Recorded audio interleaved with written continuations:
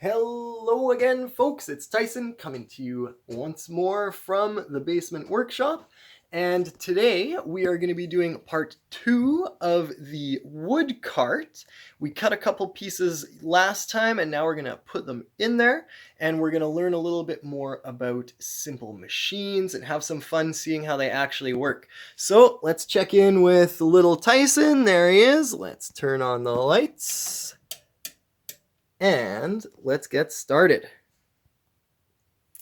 So we have the desk all cleared off, except for the things that we're going to be using today. And you noticed last time we were talking about simple machines. We have one here. This is a screw. And of course, we've actually got some screws we're going to be using today in real life. The other one is a lever. And this one's kind of unusual. The way we use it today is going to be a little different from what you might expect. But before we go on, I wonder if you remember any of the other simple machines that we talked about. Take a minute, think about that. So one that we don't have here is, I was showing this before I meant to. One that we've got is the wedge. So this is a wedge. It's going to get forced down on it. It's going to split something apart. And the most common example of this one is an axe that you might use for chopping wood. Here we have a ramp. This makes it a lot easier to either slide something up it or to slide something down it so that you don't have to lift it and use all those muscles and hurt your back trying to lift something and move it. This one is a pulley.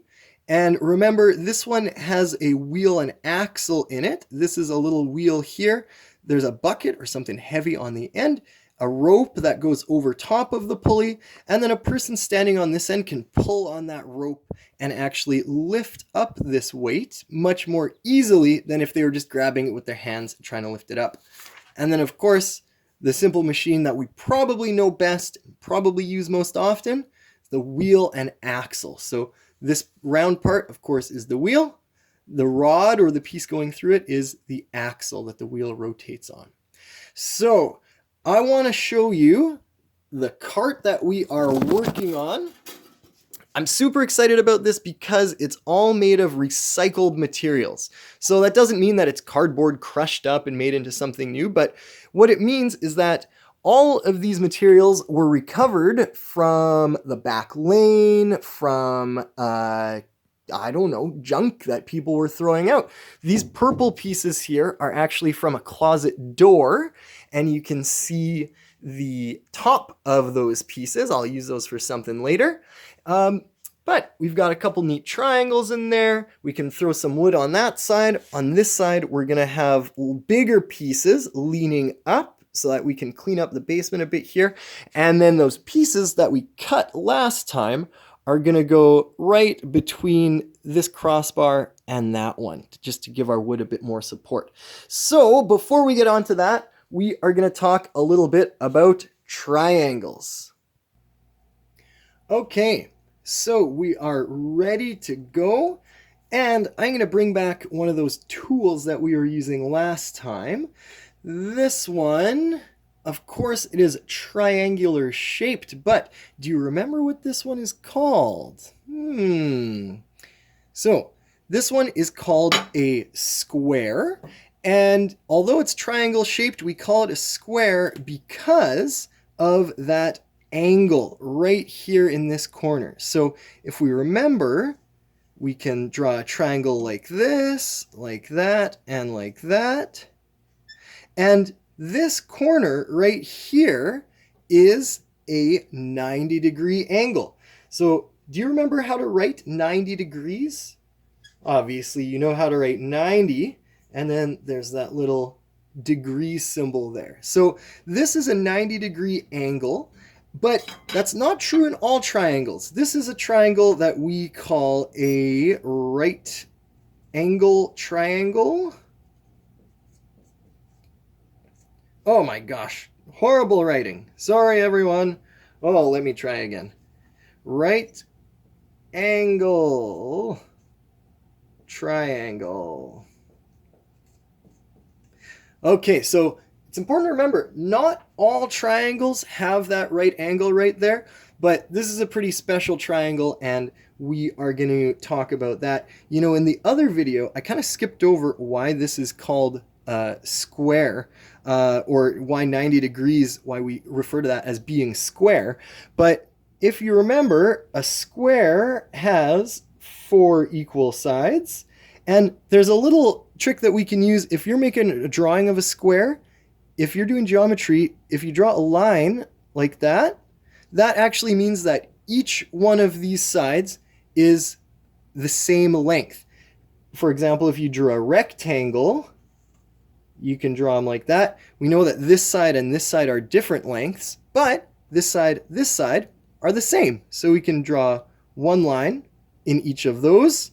And because these two are the same, we can draw 2 lines like that.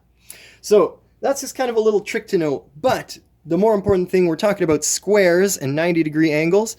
In a square, each of these angles are 90 degrees. So we can actually do that too. And this is the square. 90 degrees 4 times is square. And so we can talk about more about that some other time, because shapes can be pretty cool when it comes to math. So we're back to this triangle. Now, we are going to talk briefly about a person who was named Pythagoras. So this guy was from Greece many, many years ago. He did a lot of thinking, he was a philosopher, and he did a lot of math stuff. So he came up with this idea, or these equations that we can use, and they are what's called the Pythagorean Theorem. So that sounds pretty fancy, maybe a little bit scary. No big deal. But the easy way to remember this is this equation. A squared plus b squared equals c squared. Okay, so I hope you can remember Pythagorean theorem, and we're going to show that in an example right here. So first thing we need to do, we need to label our sides. That's going to help us keep things straight.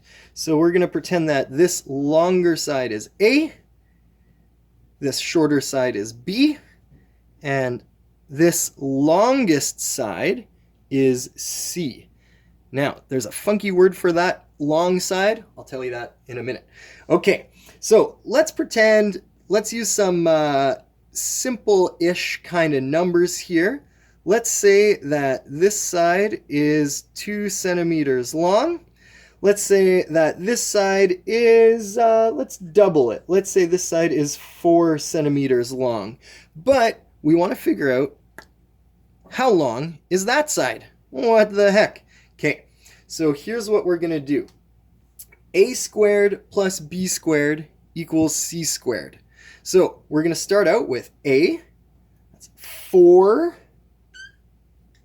squared, and b is 2 squared, and then that's going to equal c squared. So we actually we don't know what that number is yet. Now, when we're talking about squared, this little 2 up there, what does that mean? Kind of confusing. What it actually means is that number multiplied by itself. So we could also write it this way. 4 times 4 plus 2 times 2 equals, well, we still don't know what that equals yet, but no big deal. So a squared plus b squared equals c squared.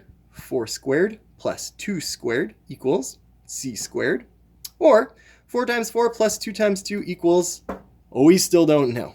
Okay, so what we're going to do is, I don't even have a calculator to show this to you, but I bet that we can do this in our heads. So I'm going to make a little bit of space down here, and we'll see what happens. So 4 squared is 4 multiplied by 4. Do you know what 4 times 4 is? Now, I've been doing this for a while, so if my math is correct, that is going to be 16. And we are going to add 2 multiplied by 2. That one's hopefully pretty simple. And that one is 4. So 16 plus 4 is going to give us 20. Okay, now does that mean that this side, C, is 20 centimeters long? Unfortunately, not. Because, remember, we're doing a squared plus b squared equals c squared. So what we need to do is we need to take 20 and we need to find out what is the square root of 20. So this is the symbol that is the square root of 20. And we're going to take a moment just to figure out what that is. So square root of 20, I used my calculator to find this one out, but it works out to be 4.47. So if we wanted to, we can look at this, we could round that up to 4.5, but in this case, let's be precise. So what we've said here is a squared plus b squared equals c squared translates to 4 squared plus 2 squared equals c squared.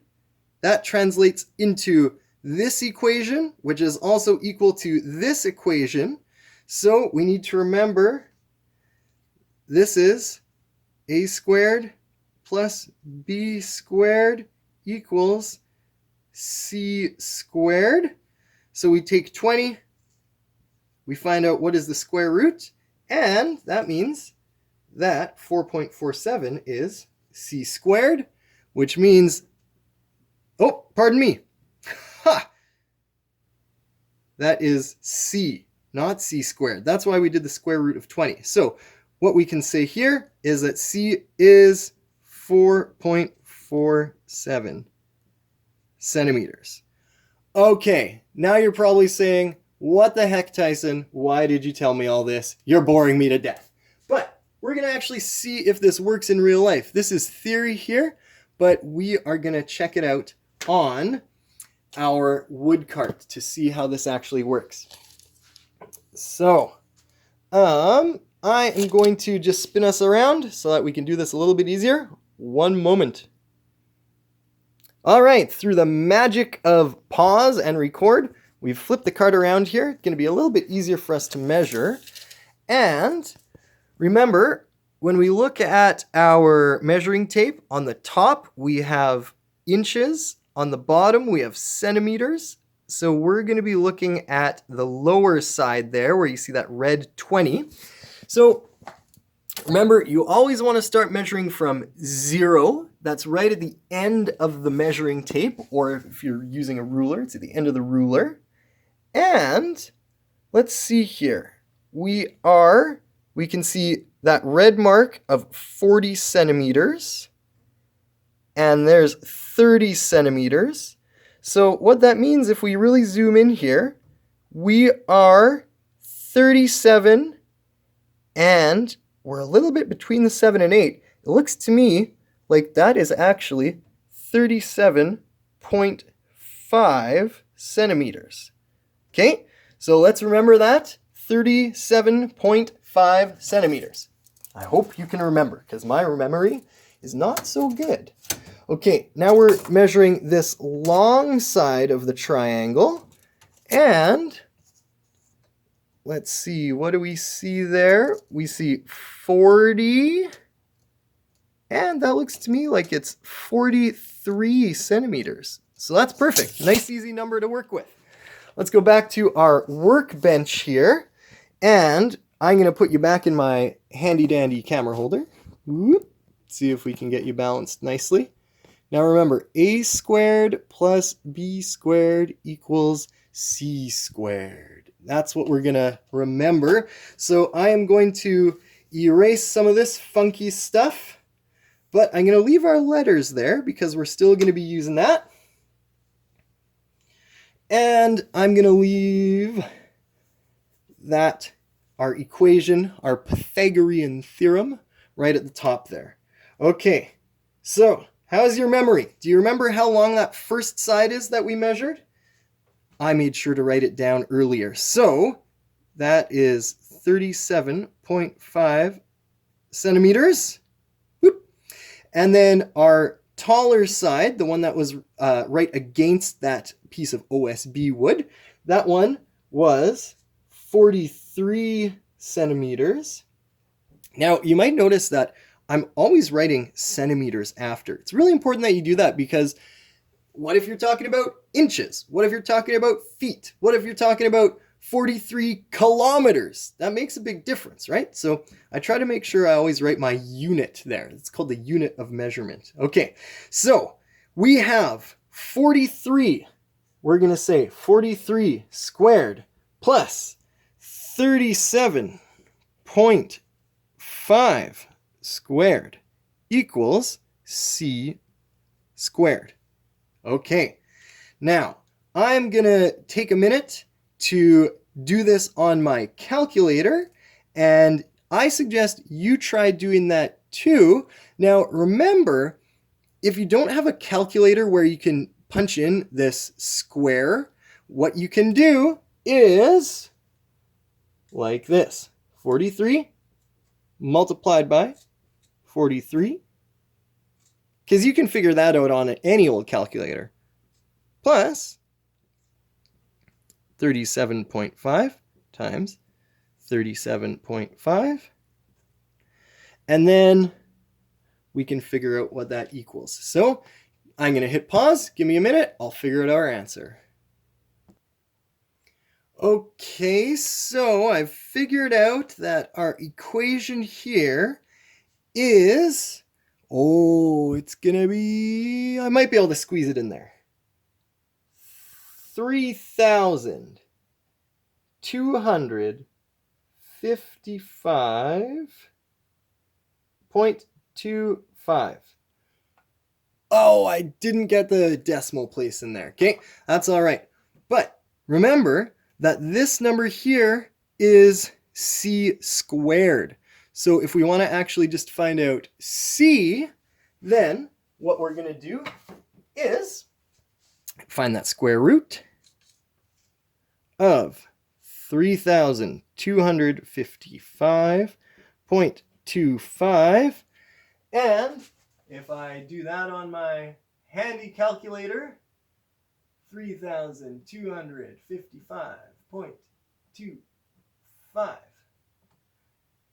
57.05. 57.05.